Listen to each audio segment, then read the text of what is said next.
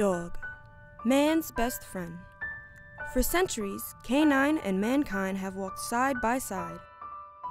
Loyally and faithfully, they have protected us, helped us, provided us with companionship. So why is it now, in their time of need, we have left them out in the cold, alone, to fend for themselves? I hope you'll watch as we look into the mentality behind dog abusers and puppy mill owners as we investigate a puppy problem.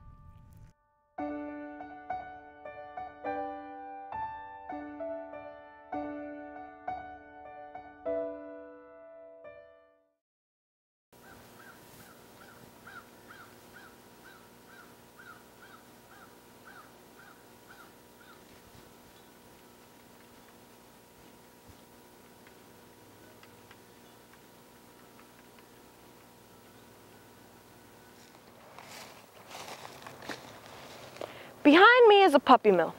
A puppy mill is a breeding facility for breeding dogs in large quantities of numbers. They are bred for quantity and not quality. A puppy miller is someone who breeds puppies for money and commercial sale. Inside, dogs are raised and bred in cool and filthy conditions, where they're enslaved all for the purpose of someone somewhere being able to have a puppy. These inhumane practices result in a puppy that's not only unhealthy, but difficult to socialize. In the weeks following after purchasing one of these puppies, buyers usually become frustrated and abandon their newfound friend, only adding to the problem of overpopulation. What makes the situation worse is that puppy mills are protected by law. If we are ever to see a change in the problem, it will have to start with lobbying and legislation. Hi, my name is Jennifer, and this is Bill. He was found on a construction site at about 3 months old. He was emaciated, covered in fleas and ticks. He was very food aggressive, and due to the fact that he is obviously portraying a lot of pit bull traits, a lot of people frown upon that because of illegal dog fighting, and his chances of adoption were minimized. So to avoid him getting euthanized, I took him in and gave him a good home. Fed him back to health, got rid of the fleas and ticks, cleared up the ear mites, and he's no longer food aggressive, and he's actually an avid part of our family now. Animals from bully breeds such as pit bulls or anything that can be considered dangerous aren't really the ideal family dog because people don't trust them. It's not the breed of the dog, it's how they're raised, and a lot of people don't understand that, and they're given such a bad name that they usually automatically just euthanize these animals in the shelters rather than putting them up for adoption because they're not little dogs. There was a big puppy mill bust in the state of Virginia, so a lot of animals that we've come across were adopted because they did need homes, and a lot of these animals had, I wouldn't want to say defects, but abnormalities such as 2 rows of teeth, skin issues. Hey, baby. They had a lot of skin issues, behavioral problems, liver issues where they're pretty much guaranteed not to live any longer than 6 years.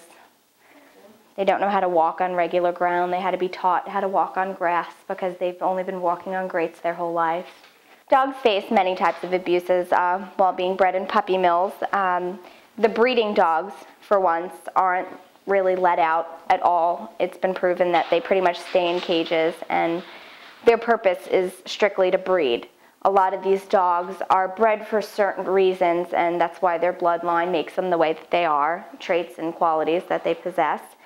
And due to puppy mills, a lot of people want cute little dogs. They want toy dogs. Misconception is that a lot of these dogs that are coming out like toy Yorkies, there are no such things. What they're just doing is they're breeding abnormally small animals with one another and creating a lot of internal problems that are causing these animals to die at a young age, have a lot of issues with their health. A big part of animals being abused and mistreated in a puppy mill situation is that they're not looking at the animals for themselves. They're not caring about that. They're caring about making money. It's a business to them. They don't care for the animals, the livelihood of the animals. And at what point in time, I don't know, it crosses over from becoming a love for animals to strictly a business. Another issue with dogs and puppy mills and others that are neglected and abused is that they lack a lot of socialization. They pretty much don't know how to interact with humans and other animals, and that is a big cause of euthanasia. They come out food aggressive, people aggressive, animal aggressive. They've been fighting for things their whole life, and they just don't know how to bond with other humans and animals.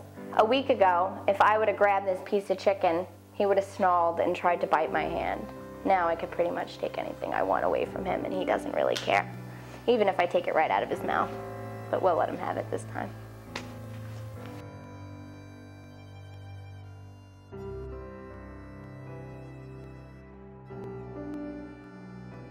My name is Joan Garvin. I'm a photographer.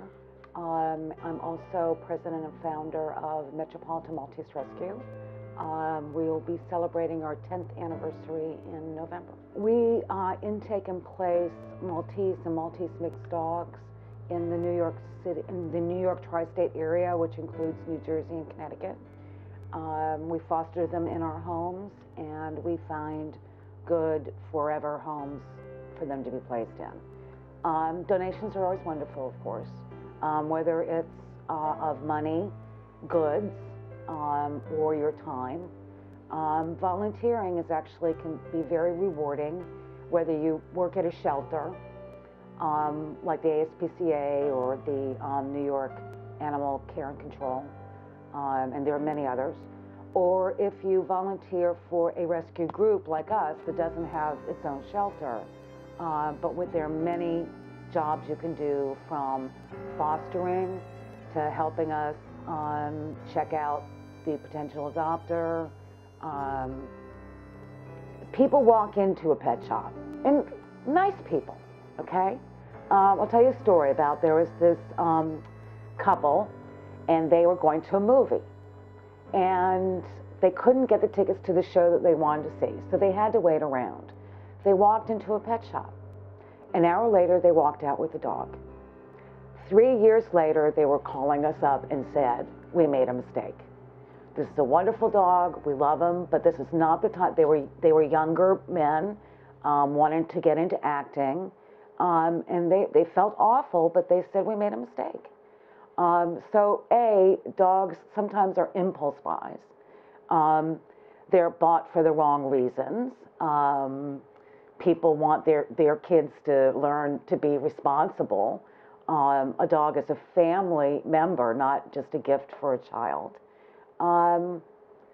They also don't research the breed itself, you know, what works for your lifestyle.